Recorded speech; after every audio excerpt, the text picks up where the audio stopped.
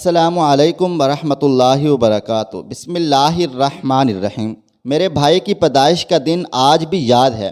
3 بیٹیوں کے بعد بیٹے کی پیدائش، پورا گاؤں امڑ آیا تھا۔ عورتوں نے دھمالے ڈالیں، لڑکیوں نے پیدائش کے گیت گائے تھے۔ یہی سادہ سے گاؤں کے پرخلوص لوگوں کی خوشی کا انداز تھا۔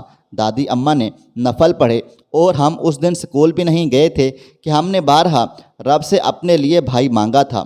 امی کی ہر نماز کے بعد یہ لازمی دعا تھی کہ انہیں لگتا تھا بہنوں کے لیے بھائی ہونا بہت ضروری ہے۔ اس کی کلکاریاں، گود میں اٹھانا، لوریاں سنانا، ایک ایک لمحہ یاد ہے۔ پھر والد صاحب کے پاس ہم کراچی آ گئے۔ مجھے آج بھی یاد ہے، ہمارے سکول جانے پر ساتھ جانے کی ضد کرتا۔ امی جی سے سنبھالے نہ سنبھلتا تھا، انہیں اندر سے تالا لگانا پڑتا۔ پھر کچھ بڑا ہوا، حد درجہ شرارتی، سکول جاتا، پڑھنے سے زیادہ نئی شرارتوں کی پلاننگ ہوتی۔ اس کی ٹیچر میری کلاس سے اکثر مجھے بلا کر اس کی شرارتوں پر شکایت کرتی اور اکثر شرارت بتاتے ہوئے ٹیچر کی مسکراہٹ بے ساختہ ہنسی میں تبدیل ہو جاتی تھی۔ ابو جی جب بھی ہماری کارکردگی کا پتہ کرنے جاتے، اس کی شرارتوں کی ہی داستانیں ہوتی تھیں۔ یہ شرارتیں مار کٹائی ہرگز نہ تھی۔ ایک بار ابا جی گئے تو پرنسپل نے کہا، آج پہلی بار آپ کا بیٹا یہاں نہیں، ورنہ وہ میرے پاس ہی ہوتا ہے۔ اس وقت بھی وہ وہیں موجود تھا، البتہ ابو جی کو دیکھ کر میز کے نیچے چھپ گیا تھا۔ آج بھی لگتا ہے شرارت سے چھپا ہوگا اور ہنستا ہوا نکل آئے گا۔ میں نے اپنی پہلی نظم تب لکھی تھی جس دن اس کی سائیکل آئی تھی۔ وہ منظر اتنا پیارا تھا کہ دل چاہتا تھا وقت رک جائے۔ اس کی سائیکل چلانے کی کوشش، خوشی سے چمکتا چہرہ اور ہمارے انمول احساسات۔ بہن بھائی کھیل کھیل میں لڑ پڑتے ہیں، ہمارے ساتھ بھی ایسا ہی ہوتا تھا۔ ایک دن امی نے ڈانٹا کہ بہنوں سے نہ لڑا کرو۔ بے ساختہ کہا، پھر بھائی لے آؤ، اس سے لڑ لیا کروں گا۔ بہت چھوٹا تھا تب سے کسی فقیر کو دیکھتا بے چین ہو جاتا۔ امی سے کہتا، ابو کے جوتے اسے پورے ہوں گے۔ اچھی امی دے دو نا، ورنہ وہ چلا جائے گا۔ 9ویں کلاس میں وہ الیکٹریشین کا کام خود ہی سیکھ چکا تھا، اب وہ خود سے مدد کر لیتا۔ محلے میں کئی آنٹیاں تھیں جن کا وہ بیٹا تھا، کسی کا سودا سلف لا دیتا تو کسی کی موٹر پنکھا ٹھیک کر دیتا۔ یہ وہ وقت تھا جب وہ 4 بہنوں اور ماں باپ کی کڑی نگرانی میں تھا۔ ایک دن میرے پاس آیا، جلدی امی کے پاس جائیں، وہ پریشان ہیں۔ میں گئی تو وہ واقعہ پریشان تھی۔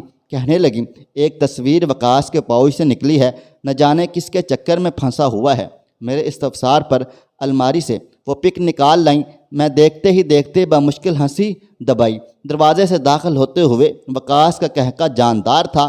امی کے گلے میں باہیں ڈالتا ہوا بولا، میری پیاری امی، یہ فیئر اینڈ لولی کریم کے ساتھ تھی، اشتہار والی لڑکی جو بتا رہی تھی گورا ہونا ہو تو یہ لگائیں۔ امی نے اطمینان کا سانس لیا۔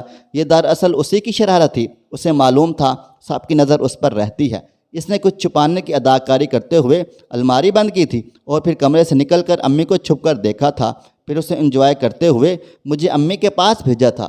لڑکے جس عمر میں کاروبار کا سوچتے ہیں، وہ کئی جاندار تجربے کر چکا تھا۔ حفظ بھی اس نے 1.5 سال میں کر لیا تھا۔ اکثر وہاں کے ساتھیوں کے دلچسپ واقعات سنایا کرتا۔ چارٹرڈ اکاؤنٹ کے پیپرز جو کئی سال لگ جاتے ہیں، اس نے بہت کم عرصے میں دیے۔ کمپیوٹر ڈپلومہ بھی کیا۔ ہم بہنوں کے لیے وہ ایک سہیلی تھا، ہماری بیٹھکیں خوب جمع کرتی تھیں۔ میٹرک کے بعد اس نے یکدم قد نکالا۔ اب وہ روب جماتا، میں بھائی ہوں اس لیے عزت کیا کرو۔ مجھے شروع ہی سے مس آسیہ کہتا تھا۔ باجی اس نے کبھی کہا ہی نہیں تھا۔ ابو کو پیٹھ پیچھے ڈیڈ کہتا اور امی کو موم کہا کرتا تھا۔ یہ بھی اس کا اپنا ہی انداز محبت تھا۔ اس نے پہلی عیدی جو ہم بہنوں کو دی تھی وہ 10 روپے تھی۔ اس کے پاس 40 روپے ہی تھے جو اس نے ہم بہنوں کو دے دیے۔ یہ اس کے دل کا بڑا پن تھا۔ اور پھر کبھی اتنا مصروف ہوتا کہ گھر جیسے شکل دکھانے آتا، لیکن پھر خاص طور پر وقت نکالتا۔ میرا بیٹا ہوا تو ماموں بننے پر ایکسائٹڈ تھا۔ دیکھتے ہی کہا، بہت خوبصورت ہو پیارے یوسف۔ خود سے نام بھی رکھ دیا۔ یار تو نے آتے ہی کیا کیا، ماموں بنا دیا مجھے۔ جہاں جاتا ماحول مہک اٹھتا۔ شادی کا معاملہ بھی انتہائی سادگی اور آسانی سے طے ہو گیا۔ ایک ہی نظر میں منمونی سی صورت امی کو بھا گئی۔ اسے تصویر دکھائی، ایک نظر ڈالی، اوکے مس جی۔ دوسرے دن لڑکی کے گھر والے آئے، تیسرے دن ہاں ہو گئی۔ 3 ماہ بعد شادی۔ اللہ تعالیٰ نے 3 بچے دیے۔ تب والد صاحب نے سانس کے مسئلے میں بستر سے آ لگے۔ وقاص نے ابو کی وجہ سے سب سرگرمیاں چھوڑ دیں۔ والد صاحب کے کام کی وجہ سے باہر اکثر جانا ہوتا۔ ایک دن گئے، آدھا گھنٹہ ہی ہوا تھا کہ فون آیا، میرا ایکسیڈنٹ ہوا ہے، دوست میرے ساتھ ہیں، جناح جا رہا ہوں۔ میں اور امی وہاں پہنچے۔ دیکھنے میں کوئی بڑی چوٹ نہ تھی، باتیں کر رہا تھا لیکن کہتا تھا میرا جسم سن ہے۔ ہم قدرے مطمئن نہیں، خبر تھی کہ وہ حرام مغز کی چوٹ سے پیرالائز ہو گیا ہے۔ اس نے دوستوں کی مدد سے موبائل سے مسئلہ سرچ کیا۔ ہمیں کہنے لگا پریشان نہ ہو، بس 2-3 ماہ خدمت چاہیے ہوگی تمہاری، بس ٹھیک ہو جاؤں گا۔ پھر ہر آنے جانے والے سے اس نے یہی کہا۔ البتہ رات کو اس نے بہنوئی سے کہا مجھے معلوم ہے میرے ساتھ کیا ہوا ہے، میری وصیت ریکارڈ کر لو۔ سننے والے رو رہے تھے۔ اس نے بغیر لرزش وصیت ریکارڈ کی، اپنے معاملات بتائے، معافی تلافی کی۔ گردن کی ہڈی بھی ٹوٹ گئی تھی، آپریشن کے لیے کوئی بھی تیار نہ تھا کہ کومے میں جا سکتا ہے۔ وہ دن ہم پر پہاڑ کی طرح تھے، ابو اور بھائی دونوں بستر پر۔ ایسے حالات کبھی تصور بھی میں نہ تھے۔ کون آیا کون گیا کچھ خبر نہیں تھی۔ ہم 4 بہنیں، بھابھی اور امی 24 گھنٹے نقاب میں، دونوں بیڈ کے ارد گرد، لمحہ بھر وہاں سے ہٹ نہیں سکتے تھے۔ پنڈی سے چچا آ گئے، کئی اور مددگار بھی تھے جن کا اجر رب کریم ہی دے سکتے ہیں۔ ان دنوں میں باہمت وقاص کا ایک آنسو تک نہ بہا سکا۔ اس کی آنکھیں کبھی شدت سے سرخ ہوتیں تو آنکھوں کو گھباتا، ناقابل برداشت تھا یہ سب۔ میں چیخ پڑی وقاص انسان ہو تم، فرشتہ مت بنو، رو لو، ہلکا کرو خود کو، اللہ تعالیٰ نے آنسوؤں کو رحمت بنایا ہے۔ تب وہ رو پڑا، امی مجھے کیا پھر سے پالیں گی؟ امی نے چوم لیا اسے۔ میرے بچے رب کا کرنا یہی تھا، ہم اس کی رضا میں راضی ہیں۔ اس نے آزمائش دی، وہی ٹھیک بھی کر دے گا۔ بس اس نے ہمت پکڑی، آپریشن ہوا اور وہ ہوش میں آ گیا۔ ہم ایک بار پھر زندہ ہو گئے۔ سب نے طے کیا تھا جو ہونا تھا ہو گیا۔ اب بھی شکر کو بہت کچھ ہے۔ وقاص بولا اس نے تکلیف دی وہی دور کرے گا، میں بہت جلد ٹھیک ہو جاؤں گا۔ اور ہمیں جیسے یقین سا ہو گیا کہ وہ ضرور ٹھیک ہوگا۔ اس دوران والد صاحب سفر آخرت کو روانہ ہو گئے۔ وہ جو ہر مرحلے پر ساتھ ہوتے تھے، جاتے ہوئے کہہ رہے تھے میں نے تم سب کو اللہ کو سونپا۔ یہ کلمہ ہی ہماری ہمت تھا۔ ہم رب عالم کے حوالے کیے گئے ہیں۔ مسلسل ایکسرسائز اور علاج، اس کے بازو کام کرنے لگے۔ اب وہ موبائل استعمال کرتا، اپنے تمام معاملات فون سے حل کرتا۔ علاج کے سلسلے میں لاہور اسلام آباد سے ہو آیا۔ اب وہ بیٹھ سکتا تھا۔ ٹیسٹ سے پتہ چلا کہ آپریشن کے دوران ڈالے جانے والا رنگ مسئلہ کر رہا ہے۔ اس کے بعد آپریشن اور پھر لمبی کہانی ہے۔ قصہ مختصر یہ کہ یہ دور ہمارے مل کر رونے، مل کر ہنسنے، شکر کرنے، دعائیں کرنے، نئی امیدیں باندھنے، مل کر باتیں کرنے کا رہا۔ اگر ایک دن کوئی نہ آ پاتا تو فون کرتے۔